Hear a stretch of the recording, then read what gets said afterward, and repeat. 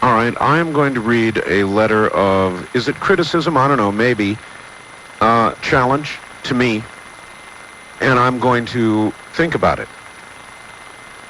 Nancy, listening to KFRE 940, Fresno, says, Art, if you buy Ed's answer that we, collectively, aren't together enough as a race to effectively, or to effect change, then you are part of the problem.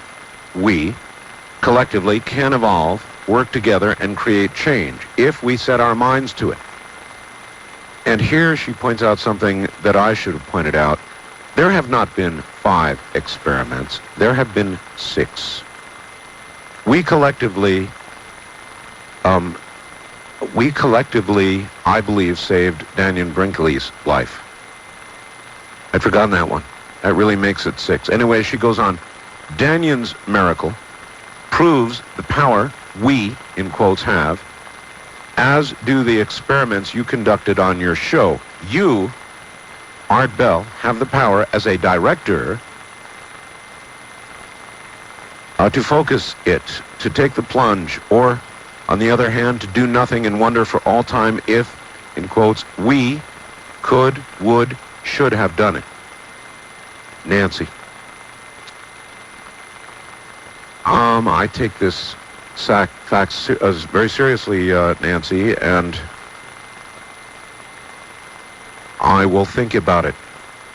I will think about it. Ed, she has a good point. You know, there's a couple of choices here. One is to try and do something, and one is to be observers, and to do nothing.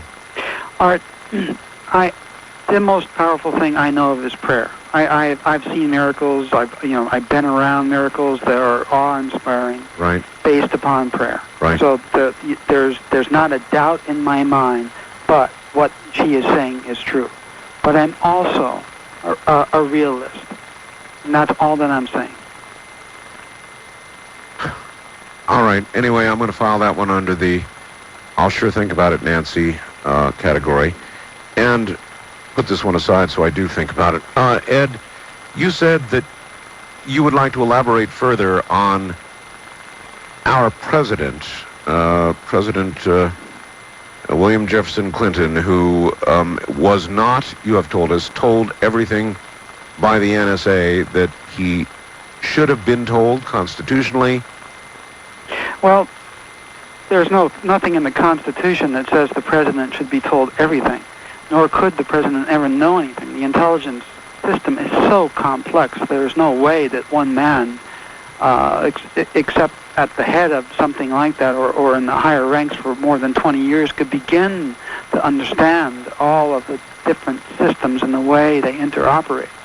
So the Secretary of Defense is the one whose job it is to buffer that from the president. And sometimes we in the intelligence communities in the past have spent a lot of time educating secretaries of defense, and sometimes they have breached security, compromised security, because it just took so long to educate them, they had forgotten some things. But generally speaking, they act as a go-between, a cutout necessarily, between the president and the intelligence agencies. But still, there's some politics involved. I think I'll tell you a story. Sure, go ahead. And bear with me. About this, just this kind of thing. It's fairly contemporary. It's about, I'd say maybe 4 years old. This is a story, a 4-year-old story. Do you remember Jennifer Hardberry? No. Does that name ring any bells? No. This was a diminutive Harvard graduate, a lawyer, who married a very romantic Che Guevara type of Guatemalan general. Okay. She made she was on the front page of People magazine, Newsweek, a number of others, because she had alleged that the CIA killed her husband. Oh, yes, okay. All the bells just went off now. I know exactly who she is, yes. And she sat out on the plaza in front of the government building in Guatemala City. Yeah, as a matter of fact, 60 Minutes covered it, Ed. Yes, they did. Okay, I know exactly the case, yes. And the Guatemalan military really wanted to kill her, but they couldn't because they were afraid that aid would be cut off from the U.S. Obviously, yeah.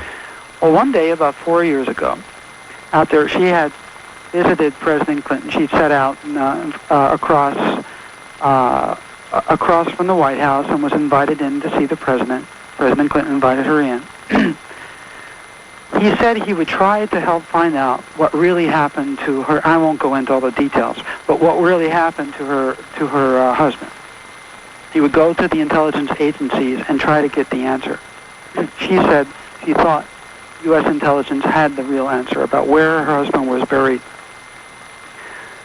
Well, just prior to her second visit, invited visit to President Clinton, she sat down with an agent of the U.S. government in a restaurant in Washington, D.C. And that agent told her, you realize why, first of all, the agent said, you need to realize why your husband was killed in the first place. Because U.S. policy, state policy said that at that time, at that juncture in history, he, as a rebel leader, was an enemy of the Guatemalan military, and the Guatemalan military was an ally of the United States, and therefore we assisting the Guatemalan military, helped kill her husband. So there was no doubt in her mind about the politics. But she still wondered where her husband was buried, where his remains were. Of course. And so this agent said to her, okay, this is what you need to do. President Clinton will never be able to get the information that he needs because he doesn't know where to get it and he doesn't know what questions to ask. Presidents don't know this. There's too much. They're involved in too many other things at the helm of the government. And so this agent took a napkin and wrote down some things, some instructions, passed that over to Miss Hardberry and said, tomorrow, when you see President Clinton, tell him to do this, to go to this person and to ask for this, and you will find out what happened to your husband. That agent was me.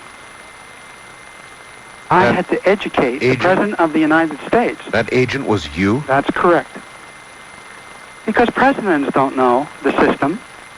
It takes somebody inside the system to know the system, and it takes somebody inside the system to change the system. That's the only way you can do it. Oh, boy. This is one you've never told me before. No, there's a lot I haven't told you. The mystique of intelligence. Yeah, I guess so. There is a lot that you haven't told me. In other words, there's a lot more that you haven't told me, isn't there? Intelligence work that you've done and things that you know that you can't talk about. That's right.